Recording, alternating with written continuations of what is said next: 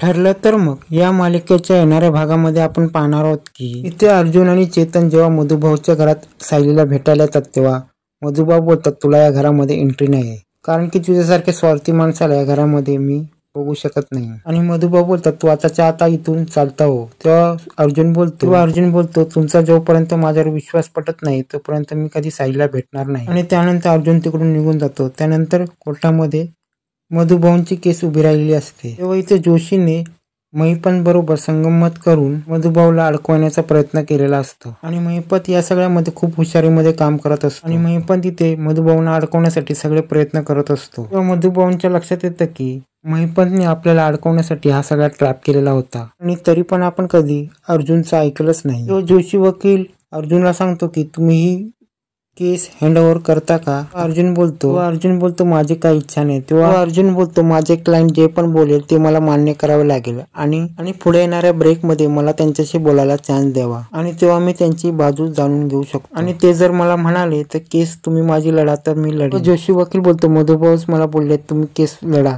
मग अर्जुनला वेळ का पाहिजे? तेव्हा अर्जुन बोलतो माझे क्लायंट इथे कोर्टातच आहेत, त्यांना विचारू शकता तुम्ही. जोशी वकील मधुभाऊंना बोलतो मी तुमची केस लढतोय ना, मी तुम्हाला सगळ्या फॅसिलिटी देईन.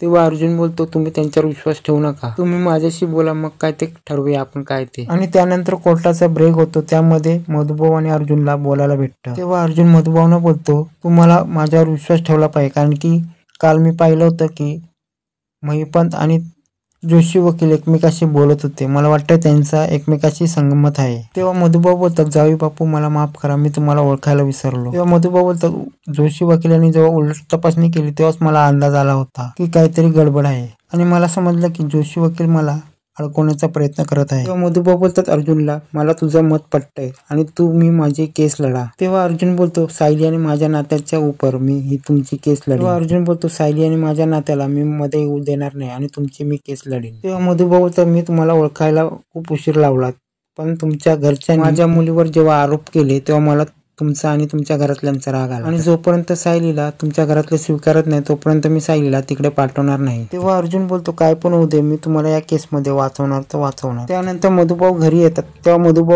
तेव्हा कुसुमा आणि सायलीला हे सगळं सांगायला लागतं आणि मधुभाऊ बोलतात मी अर्जुनला माफ केलंय, मला वाटत नाही अर्जुनची यामध्ये काही चुकी आहे. आणि मधुभाऊ कुसुमा आणि सायलीला सांगतात की मी अर्जुनकडे अट ठेवलेली आहे, जोपर्यंत ते माझ्या मुलीचा स्वीकार करत नाही तोपर्यंत मी माझ्या मुलीला त्यांच्या घरी पाठवणार नाही. त्यानंतर इथे सायली अर्जुनला भेटायला येते. ती सायलीला बोलते तुम्ही मधुभाऊमुळे माझ्याशी बोलत नाही, पण आता त्याने मला तुमच्याशी बोलायची परवानगी दिली.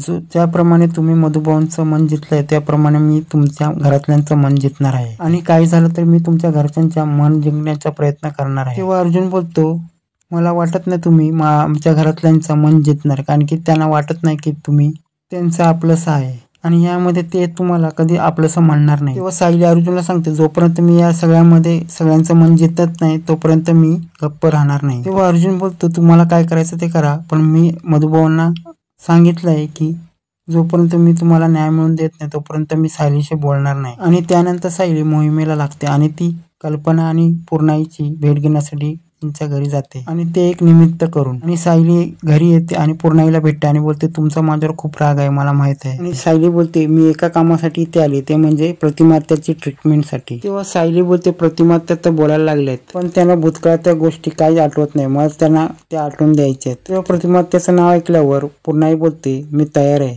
की प्रतिमासाठी मी तुझे 100 अपराध पोटात घेण्यासाठी तयार आहे. आणि त्याचबरोबर सायलीने पूर्णाईला बरोबर मॅनिप्युलेट केलेला असते. तेवढं तिथे कल्पना येते. तेव्हा बोलते ती की ते सायली का आली आहे की तुम्ही तिला माफ केलाय का? तेव्हा पूर्णाई बोलते ही प्रतिमासाठी आली आहे आणि प्रतिमासाठी हिला एक आपण चान्स देऊ. सायली बोलते मला प्रतिमात्याबरोबर इथे राहायला लागेल, कारण की त्यांना भूतकाळातल्या गोष्टी त्यांना आठवायला मदत होईल आणि मी तुम्हाला वचन देते की मी इथे राहून तुमच्याबरोबर कुठलं पण नातं निर्माण करण्याचा प्रयत्न करणार नाही. तेव्हा पूर्णाई बोलते तू या घरात राहू शकते, पण तू या घरातली सून नसून तू एक नर्स म्हणून या घरात राहू शकते. सायली बोलते माझी हरकत नाही, मी या घरात नर्सची भूमिका पण करायला तयार आहे. तेव्हा सायली बोलते मी जे पण प्रतिमात्याच्या स्मृती आणण्यासाठी जे पण करीन ना ते तुम्हाला चांगलं वाटतं. आता सायलीने या घरामध्ये नर्स म्हणून या घरामध्ये प्रवेश केलाय, पण आता पूर्णाई आणि कल्पना तिचा स्वीकार कसा करणार हे पाहणे आता पुढे रंजकच होणार आहे.